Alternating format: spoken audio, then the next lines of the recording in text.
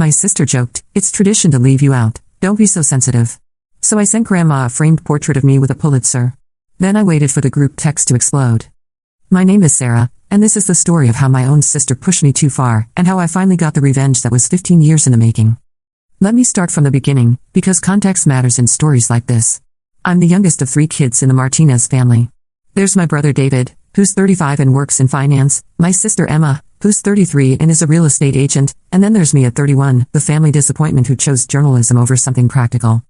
Growing up, I was always the odd one out. While David excelled at sports and Emma was the social butterfly, I was the bookworm who preferred reading to parties. My parents, Maria and Carlos Martinez, never quite knew what to do with their youngest daughter who would rather spend weekends at the library than the mall. They weren't cruel about it, but they definitely had their favorites, and I wasn't one of them. The exclusion started small. Family photos where I'd somehow end up cropped out when they posted them on social media. Dinner conversations that would shift topics the moment I tried to contribute. Holiday traditions that everyone else seemed to know about except me. When I'd ask why I wasn't included in planning Emma's surprise birthday party or David's graduation celebration, I'd get variations of, "Oh, we didn't want to bother you since you're always so busy with your writing, or we figured you wouldn't be interested anyway." The worst part? They made it seem like it was my fault for being hurt by it. Like I was being oversensitive or dramatic for wanting to be included in my own family. College was my escape. I went to Northwestern for journalism, graduated summa cum laude, and moved to Chicago to start my career at the Tribune. After 3 years there, I moved to New York for better opportunities, and I've been here for 4 years now, working my way up from local papers to major publications. I covered everything from local corruption scandals to international conflicts, slowly but surely making a name for myself in investigative journalism. The family group text started about 4 years ago, right after I moved to New York. It was Emma's idea, supposedly to keep everyone connected now that we were all adults with busy lives. At first, I was hopeful. Maybe this would be the bridge that brought us closer together. Maybe I'd finally feel like part of the family. I was wrong. The group text became another platform for my exclusion, just with screenshots and emojis. They'd share photos from family gatherings I wasn't invited to, make plans for holidays without consulting me, and generally treat the chat like I wasn't there unless they needed something from me. The breaking point came 2 months ago, right after I'd achieved something I'd been working toward my entire career. I'd spent 2 years investigating a massive corruption scandal involving a pharmaceutical company that was knowingly selling contaminated medications to low-income communities. The story was huge. It led to congressional hearings, criminal charges, and ultimately saved lives by getting those medications off the market. And I won a Pulitzer Prize for it. Let me repeat that because even I still can't believe it sometimes. I won a fucking Pulitzer Prize. The highest honor in journalism. Something most journalists can only dream of achieving. I was the youngest person to win in the investigative reporting category in over a decade. The 2025 Pulitzer winners were announced in May, and my name was on that list. When the news broke, my phone exploded with congratulations from colleagues, former professors, and friends. News outlets wanted interviews. My editor took me out for the most expensive dinner I'd ever had. It was the culmination of everything I'd worked for. My family's response? Radio silence. Not a single message in the group text. Not a phone call. Not even a Facebook like on the article I'd posted about the win. Nothing. I waited 3 days, giving them the benefit of the doubt. Maybe they hadn't seen the news. Maybe they were planning something special. Maybe they were just processing the magnitude of it. On day 4, Emma posted in the group text, "Can't wait for Mom's birthday dinner this Saturday. David, can you pick up the cake? Dad, remember to bring your camera for photos." I stared at my phone in disbelief. My mother's 62nd birthday was that weekend, and this was the first I was hearing about it. Not only had they not acknowledged my Pulitzer, but they were planning another family event without me. I decided to speak up. "Hey, what time should I be there on Saturday?" The typing indicator appeared and disappeared several times before Emma finally responded, "Oh Sarah, we figured you'd be too busy with all your work stuff. Plus it's just going to be a small family thing." A small family thing. Like I wasn't family. David chimed in, "Yeah, and you hate these kinds of gatherings anyway. We didn't want to put pressure on you to come." I couldn't believe what I was reading. They were excluding me from my own mother's birthday and acting like they were doing me a favor. "I'd actually love to celebrate Mom's birthday with everyone," I typed back. "I can fly in Saturday morning." Another long pause. Then Emma, "Sarah, don't make this weird. It's tradition to leave you out, don't be so sensitive." Tradition to leave me out. Those 6 words hit me like a physical blow. Emma had just admitted, in writing, that my exclusion wasn't accidental or thoughtful, it was intentional. It was a family tradition. And then she told me not to be so sensitive about it. I set my phone down and walked away from it for an hour because I knew that whatever I typed in response would probably get me blocked from the group text entirely. When I came back, they'd moved on to discussing what restaurant to go to after dinner, as if nothing had happened. That night, I couldn't sleep. I kept replaying Emma's words over and over. It's tradition to leave you out. How long had this been going on? Had they been excluding me on purpose my entire life? Was I really just the family scapegoat and everyone was in on it except me? The more I thought about it, the angrier I got. Here I was, 31 years old and accomplished in ways my siblings could only dream of, and they were still treating me like the awkward teenager who didn't fit in. I'd won the most prestigious award in my field just 2 months earlier, something that would define my career forever, and they couldn't even be bothered to send a congratulations text. That's when I decided I was done playing the victim. If they wanted to exclude me, fine. But I wasn't going to pretend anymore that their behavior was acceptable or that I deserved it. I started planning my revenge that very night. The beautiful thing about winning a Pulitzer is that it comes with a lot of perks. One of those perks is that everyone wants to interview you, photograph you, and generally document your achievement. I'd already done several photo shoots for various publications, including a gorgeous formal portrait session for Columbia Journalism Review. In one of those photos, I'm standing in a tailored black blazer, holding my Pulitzer certificate, with the actual medal prominently displayed on the table beside me. The photographer had captured this perfect moment where I'm smiling confidently at the camera, and the lighting makes the medal gleam. It's the kind of photo that screams successful, accomplished woman who has her shit together. I ordered a large print of that photo, 16 by 20 inches, and had it professionally framed with museum-quality matting. The frame was elegant silver, substantial enough to make a statement but tasteful enough for any living room. At the bottom of the mat, I had them add a small plaque that read, Sarah Martinez, Pulitzer Prize winner, Investigative Reporting, 2025. The whole thing cost me about $300, but it was worth every penny for what I was about to do. My grandmother, Elena Martinez, is the matriarch of our family. She's 84 years old, sharp as a tack and absolutely obsessed with her grandchildren's achievements. Her living room is like a shrine to the Martinez family success stories, David's college diploma, Emma's real estate awards, school photos from every year, dance recital programs, Little League trophies, you name it. But notably absent from this display was anything related to my career. Not my college graduation photo, not the framed article about my first big investigative piece, not even a business card. It was like I didn't exist in the family success story. Grandma Elena also happens to be the family gossip hub. Every piece of family news flows through her. She's the one who calls everyone when there's drama, who organizes the prayer chains when someone's sick, and who makes sure everyone knows everyone else's business. Most importantly for my plan, she's the one person in the family who could make my parents and siblings feel genuinely ashamed of their behavior. I decided to pay Grandma a visit. I flew to Phoenix the weekend after the group text incident, telling my family I was coming for a work conference. This wasn't entirely a lie. I did have a speaking engagement at Arizona State's journalism school, but my real purpose was much more personal. I called Grandma and asked if I could stop by to see her, which thrilled her because I was usually too busy with work to visit when I was in town. She immediately started planning to cook my favorite meal and invited half the neighborhood over to meet her successful granddaughter from New York. When I arrived at her house that Saturday afternoon, she greeted me with the biggest hug and immediately started showing me around like I'd never been there before. Mira, Sarah, look at all the pictures of the family. And here's David's promotion certificate. And Emma's top salesperson award. I smiled and nodded, following her tour while carrying my carefully wrapped gift. When we got to the living room, I said, Grandma, I brought you something special. I wanted you to be the first person in the family to have this. I unwrapped the framed portrait and watched her face transform. Her eyes went wide, and she actually gasped out loud. Dios mío, Sarah. Did you really win this? I did, Grandma. It's called the Pulitzer Prize. It's the highest award a journalist can receive. I won it for investigating a story that helped shut down a company that was poisoning people with bad medicine. She stared at the photo for a full minute, taking in every detail. The medal, the certificate, my confident smile, the professional quality of the portrait. Then she looked up at me with tears in her eyes. Why didn't anyone tell me about this? When did this happen? How long ago? About a month ago, I said carefully. I thought the family would have mentioned it. Her face changed from joy to confusion to something that looked suspiciously like anger. No one said a word to me about this. Not your parents, not David, not Emma. Nothing. She immediately went to her phone and started typing furiously. I knew she was texting my parents, probably demanding to know why they hadn't told her their daughter won the most prestigious award in journalism. Where should we put this? She asked, looking around the living room. Wherever you think it looks best, Grandma. She walked around the room for several minutes, considering different spots, before finally choosing the most prominent location possible, the center of the main wall, right above the couch where everyone sits when they visit. She moved several other frames around to make room, creating what was essentially a shrine to my achievement. There, she said, stepping back to admire her work. Now everyone who comes to my house will see what my granddaughter accomplished. I stayed for dinner, during which Grandma peppered me with questions about the investigation, the awards ceremony, and my career in general. It became clear that she knew almost nothing about my professional life, despite the fact that I'd been publishing major stories for years. My family had simply never mentioned any of it to her. By the time I left, she'd already called 3 of her neighbors to come over and see the photo.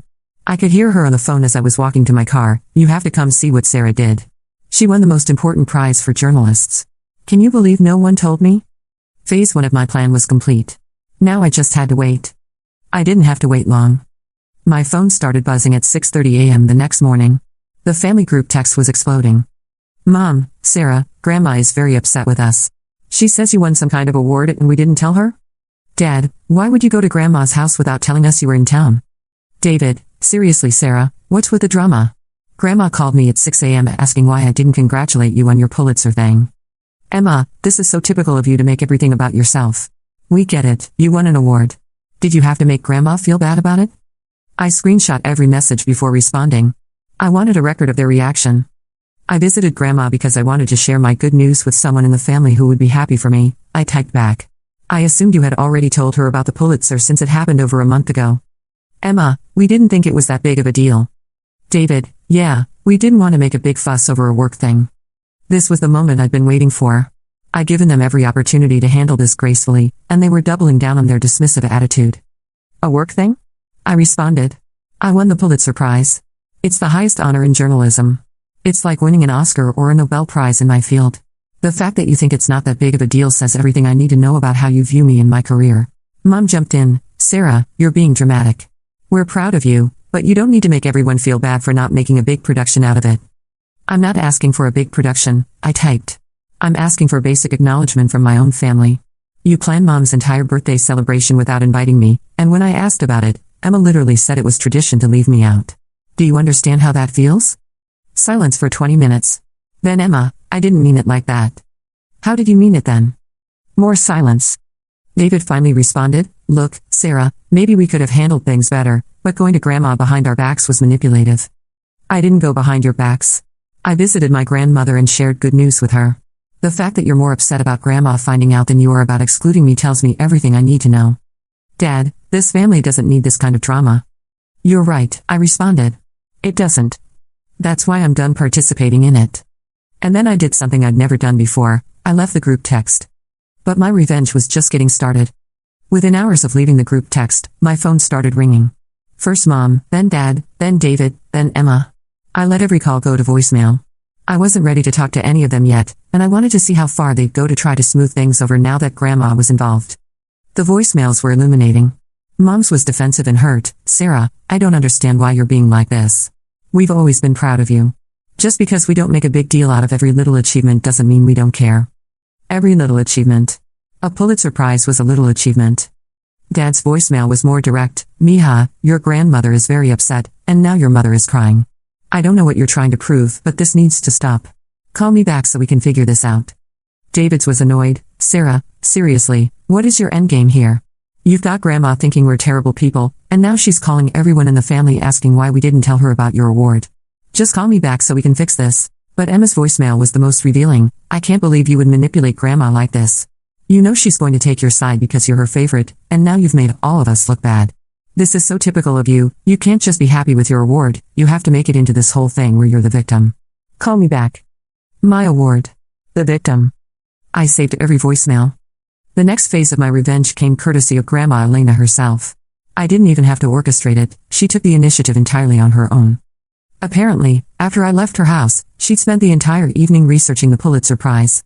She looked up past winners, read about the selection process, and fully grasped the magnitude of what I'd accomplished. By the next morning, she was furious with my parents and siblings. She started calling extended family members, aunts, uncles, cousins, and telling them about my award.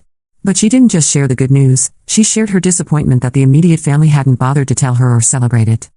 "Can you believe Sarah won the Pulitzer Prize and no one in the family said anything to me?" she'd say. I had to find out when she came to visit me herself. What kind of family doesn't celebrate something like this? Word spread through the Martinez family network like wildfire.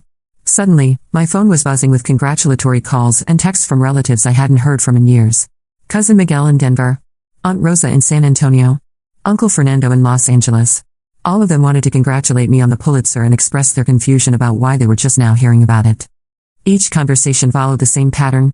Sarah, Grandma Elena just told me you won the Pulitzer Prize. Congratulations. When did this happen? About 2 months ago. 6 weeks? Why didn't your parents tell anyone?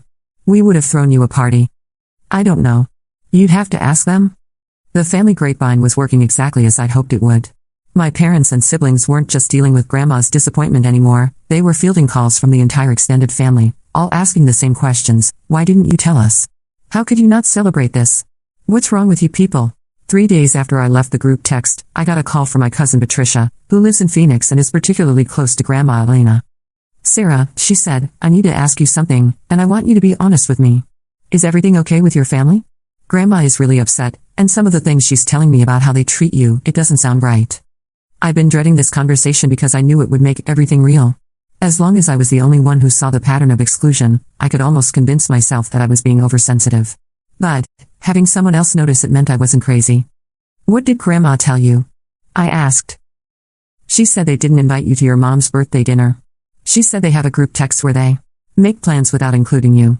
She said Emma told you it was tradition to leave you out. Sarah, is that true? I took a deep breath. Yes, it's all true. What the hell is wrong with them? Patricia's voice was getting louder. You're their daughter. Their sister. How do they justify treating you like that? I honestly don't know, I said. I've been trying to figure it out for years. And they didn't even acknowledge your Pulitzer? Sarah, do you know what a big deal that is? My friend works at the Arizona Republic, and she says journalists spend their entire careers hoping to win something like that. It's like winning an Olympic gold medal. That's what I tried to tell them. Patricia was quiet for a moment. Then, I'm going to call your mother. Patricia, you don't have to. No, this is bullshit. I'm calling her right now. She hung up, and I knew my parents were about to get another uncomfortable phone call. The calls from extended family continued throughout the week. Each one followed the same pattern: congratulations, confusion, and growing concern about my family's behavior. By Friday, I'd heard from more relatives than I'd talked to in the past 5 years combined. But the most unexpected call came from my cousin Roberto in Chicago. Roberto and I had been close as kids, but we drifted apart after I moved to New York. He worked as a marketing director for a major corporation and had always been one of the more successful cousins. Sarah, he said when I picked up, I just got off the phone with Grandma Elena, and I have to ask, what the hell is going on with your parents? What did she tell you? She told me about the Pulitzer, first of all. Congratulations, by the way. That's incredible. But then she started talking about how your own family didn't even acknowledge it, and honestly, I thought she was exaggerating. But then I remembered some things from family gatherings over the years, and I'm starting to think she wasn't. This caught me off guard. What do you mean? I remember last year at Cousin Linda's wedding, when everyone was talking about their kids' accomplishments. Your mom was going on and on about Emma's sales awards and David's promotion, but when someone asked about you, she just said you were still writing like it was some kind of hobby. I thought it was weird then, but I didn't think much of it. I felt a familiar sting. Even at extended family events, my achievements were being minimized. And there was that Christmas a few years ago, Roberto continued, when Uncle Fernando was asking about everyone's kids. Your dad mentioned David's new house and Emma's engagement, but when Fernando specifically asked about you, your dad just shrugged and said you were doing your thing in New York. Like you were some kind of struggling artist instead of a successful journalist. Each example hit like a small slap. I'd known my immediate family dismissed my career, but I hadn't realized they were doing it in front of the extended family too. Roberto, can I ask you something? When you think about our family, do you think of me as successful? He was quiet for a moment. Honestly? I always thought you were probably the most successful of all the cousins. You moved to New York, you work for major publications, you've written articles I've seen shared on social media. I assumed your parents were just being modest when they didn't brag about you. I had no idea they weren't even acknowledging your work. They weren't being modest, I said quietly. They genuinely don't think what I do matters. That's insane, Sarah. You won a Pulitzer Prize. Do you know how big that is? I work in marketing, and one of our clients is a major newspaper. The editors there talk about the Pulitzer like it's the Holy Grail. Most journalists never even get nominated, let alone win. The validation from Roberto meant more to me than I expected. Here was someone who understood both the family dynamics and the significance of my achievement, and he was as appalled as I was. What are you going to do? He asked. I don't know yet. I'm still processing all of this. Well, for what it's worth, the whole extended family is talking about it now. And not in a good way for your parents. Aunt Rosa called my mom this morning asking if she knew about your Pulitzer, and when my mom said yes, Rosa went on this whole rant about how disappointed she was in Maria and Carlos. She said if one of her kids won something like that, she'd be calling everyone she knew to brag about it. After we hung up, I realized that my revenge had accomplished something I hadn't even intended. It had revealed that my family's treatment of me looked just as bad from the outside as it felt from the inside. I wasn't being oversensitive or dramatic. Their behavior was genuinely problematic, and now other people could see it too. The pressure was clearly getting to my parents. Dad called me again that Friday evening, and this time his tone was different, less defensive, more desperate. "Sarah, please call me back.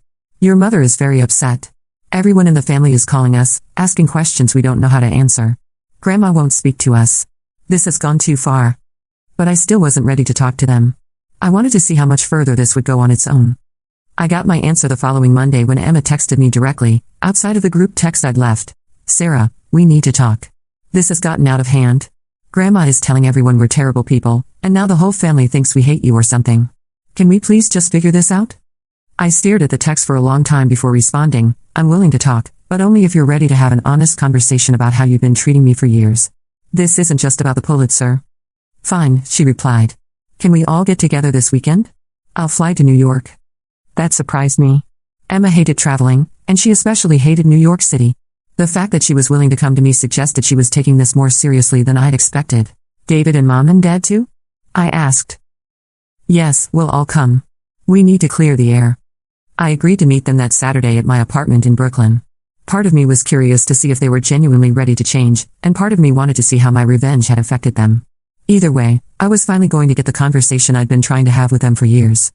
Saturday morning, I cleaned my apartment and prepared for what I knew would be either a breakthrough or a complete disaster. I'd never had my entire immediate family in my space before. They'd never even visited me in New York, despite the fact that I'd been living there for 3 years. They arrived together, having flown in Friday night and stayed at a hotel in Manhattan. I could tell immediately that the past week had been rough on all of them.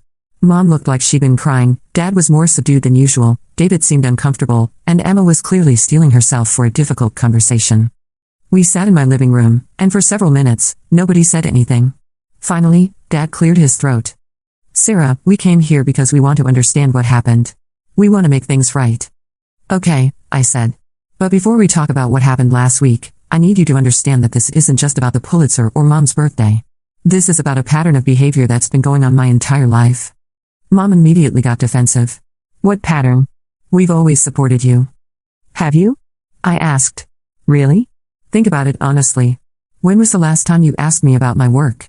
When was the last time you included me in family plans without me having to ask? When was the last time you celebrated one of my achievements?" Silence.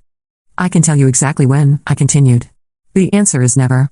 Not once in my adult life have you proactively celebrated something I accomplished. Not when I graduated summa cum laude from Northwestern. Not when I got my first job at the Tribune. Not when I won my first journalism award 3 years ago.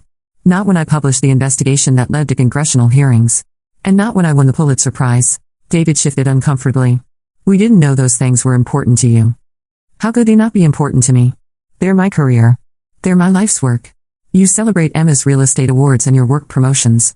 Why wouldn't you celebrate mine?" Emma finally spoke up, "Because you never seem to want us involved in your life. You moved away, you're always busy, you don't come to family events." "I don't come to family events because I'm not invited to them." I interrupted. "And when I am invited, it's always an afterthought." "Oh, we should probably tell Sarah about this too. You literally told me it was tradition to leave me out." "I didn't mean it like that," Emma said quietly. "Then how did you mean it? Explain it to me." She was quiet for a long moment. Then, "I don't know. I guess we just got used to doing things without you. You were always different from the rest of us. You had your own interests, your own goals. It felt like you didn't need us. Just because I was different doesn't mean I didn't want to be included. Just because I lived far away doesn't mean I didn't want to be part of the family. I needed you just as much as David needed you, or as much as you needed each other. I just needed you to make an effort to include me." Mom was crying now. "We didn't realize," she said. "We didn't know you felt left out. How could you not know? I've been trying to tell you for years. Every time I asked why I wasn't included in something, you made it seem like it was my fault for being hurt by it. You called me oversensitive. You said I was being dramatic." Dad leaned forward. "What do you want from us, Sarah? How do we fix this?" It was a fair question, and one I'd been thinking about all week. What did I want from them? "I want you to acknowledge that the way you've treated me hasn't been okay," I said. "I want you to understand that excluding me wasn't some neutral decision, it was hurtful, and it was wrong. And I want things to change going forward." "What would that look like?" David asked. It would look like being included in family plans from the beginning, not as an afterthought. It would look like you showing interest in my career and my life. It would look like you celebrating my achievements the same way you celebrate everyone else's. It would look like basic respect. We spent the next 3 hours talking through specific incidents, some dating back to childhood. I brought up the Christmas when I was 16 and came home from a school trip to find out they'd already decorated the tree without me. I mentioned the time they planned a family vacation to Cancun and didn't tell me about it until 2 days before they left, then acted surprised when I couldn't get time off work on such short notice. But then I brought up something that clearly hit them harder than the rest. Do you remember my college graduation? I asked. They exchanged glances. Mom nodded slowly.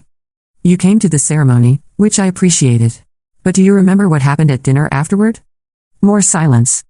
You spent the entire meal talking about David's job search at Emma's new apartment. When I tried to talk about my internship at the Chicago Tribune, the one that eventually led to my first job, you changed the subject to ask the waiter about dessert. I had just graduated summa cum laude from one of the best journalism schools in the country, and you couldn't even pretend to be interested in my career plans. Mom's face crumpled. I don't remember it that way. I do. I remember it perfectly because it was supposed to be my day, and I felt invisible at my own graduation dinner. I remember going back to my dorm room that night and crying because I realized that even my biggest achievements didn't matter to you unless they fit into your idea of what success should look like. Dad cleared his throat. What do you mean by that? I mean you could celebrate David's finance job because you understood what that meant. You could celebrate Emma's real estate career because it was concrete, sales numbers, commission checks, awards you could see and touch. But journalism? That was too abstract, too uncertain, too different from what you knew. So you just ignored it. We didn't ignore it, Emma protested, but her voice lacked conviction. Then tell me one article I've written, I challenged. Just one. Tell me one story I've worked on, one investigation I've done, one award I've won before the Pulitzer. The silence stretched on for what felt like forever. Finally, David spoke up. That story about the corrupt city council member in Chicago. You were really excited about that one. I stared at him. David, that was my very first article as a reporter, 9 years ago when I was 22. And it wasn't about a corrupt city council member, it was about housing discrimination. The fact that you can't even remember the details of the one story you think you remember proves my point. The weight of their ignorance about my life seemed to settle over the room like a heavy blanket. I could see them realizing, perhaps for the first time, just how disconnected they'd been from my career, my achievements, my entire adult identity. Each example seemed to surprise them, as if they genuinely hadn't realized the cumulative effect of their behavior. But what struck me most was that they couldn't deny any of it. Every incident I brought up, they remembered. They just hadn't considered how it felt from my perspective. The conversation wasn't easy. There were tears, raised voices, and moments when I thought the whole thing was going to fall apart. But for the first time in my life, my family was actually listening to me. They weren't dismissing my feelings or telling me I was being too sensitive. They were hearing me. By the end of the day, we'd reached something that felt like understanding, if not quite resolution. They agreed to make a conscious effort to include me going forward. They acknowledged that they'd hurt me, even if it hadn't been intentional. And they apologized, not the kind of non-apology where they're sorry I felt bad, but actual acknowledgement that their behavior had been wrong. Emma was the last to leave, staying behind after the others had gone back to their hotel. Sarah, she said, I need to ask you something. When you went to Grandma's house, did you plan for all of this to happen? The family calls, the pressure, all of it? I considered lying, but decided honesty was more important. Yes, I planned it. I knew that showing Grandma the photo would lead to questions, and I knew those questions would make you all uncomfortable. She nodded slowly. I thought so. That was, actually pretty brilliant. Evil, but brilliant. I was tired of being the only one who was uncomfortable, I said. I was tired of suffering in silence while you all got to pretend everything was fine. I get it, she said. And honestly? We deserved it. The way we treated you, I'm ashamed of it now that I really think about it. I don't know how you put up with it for so long. I almost didn't, I admit it. I was seriously considering cutting contact with all of you permanently. Are you still considering that? I thought about it. I don't know. I want to see if things actually change. Today was a good start, but talk is cheap. I need to see consistent effort over time. Emma nodded. Fair enough. And Sarah? Congratulations on the Pulitzer. I should have said that months ago, but I'm saying it now. I'm proud of you. We all are, even if we're terrible at showing it. It wasn't everything, but it was something. The real test came over the following months. Would my family actually follow through on their promises, or would they slip back into old patterns once the immediate crisis passed? To their credit, they made an effort. I was added to a new family group text where they actually included me in planning from the beginning. When David got a promotion 2 months later, Mom called me specifically to tell me about it, just like she called Emma.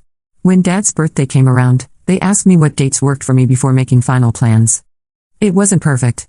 There were still moments when I could tell they were reverting to old habits, catching themselves mid-exclusion and awkwardly trying to course correct.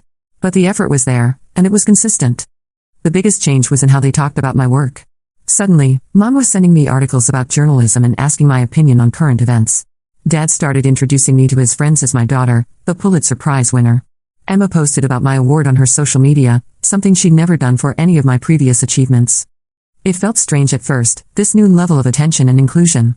I'd gotten so used to being ignored that their interest almost felt performative. But over time, it started to feel genuine. They were learning how to be proud of me, and I was learning how to let them. The biggest vindication came 6 months later, during Christmas. For the first time in my adult life, I felt like a full participant in the family's celebration rather than an awkward outsider. They asked my opinion on the menu, included me in gift exchanges, and when relatives asked about the Pulitzer, my parents beamed with pride instead of looking uncomfortable. Grandma Elena, of course, took full credit for the family reconciliation. Sometimes you have to shake the tree to get the fruit to fall, she told me with a wink. The framed photo of me with my Pulitzer still held the place of honor in her living room, and she never missed an opportunity to show it to visitors.